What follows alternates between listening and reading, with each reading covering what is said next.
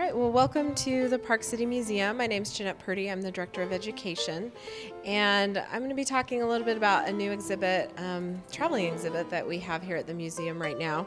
It's called the Bison, American Icon, and this exhibit is a traveling exhibit made possible through NEH on the Road, which is a special initiative of the National Endowment for the Humanities, and it was adapted and traveled by the Mid-America Arts Alliance and organized by the C.M. Russell Museum in Great Falls, Montana.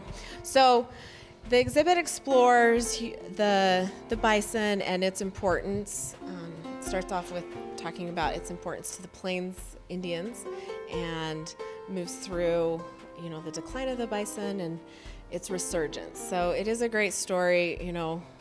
There were, at one time, were 30 million bison here in North America, and by 1890 there were about 300. So what happened to the bison? Today there are about 500,000 bison. So it's a great story. So as we go through the exhibit,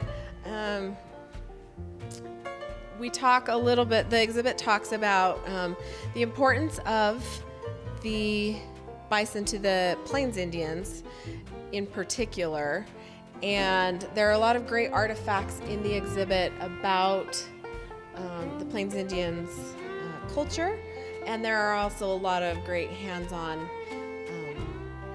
interactives where you can kind of see some of these parts of the bison because it was such an important part of the Indian culture and life. For example, here's a bone they used as a shovel. We've got a horn that is made here into a ladle. So just a lot of great examples of how those parts of the bison were used in everyday life, and every part of the bison was used, and so it was the lifeblood of those native cultures. Because it was so important, the buffalo hunt was a very important part of not just survival, but also for their spiritual and ceremonial purposes. So this is a great piece of art on the back of the hide. This is a contemporary artist rendition of the bison hunt.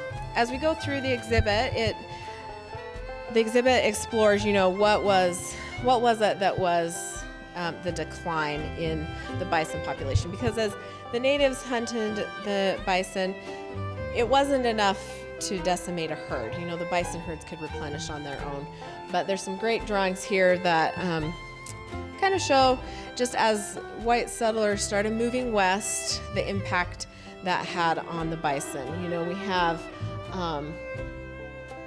the railroad coming, more people coming west, more competition for the grasses, with the cattle and other livestock vying for that same water and same grass.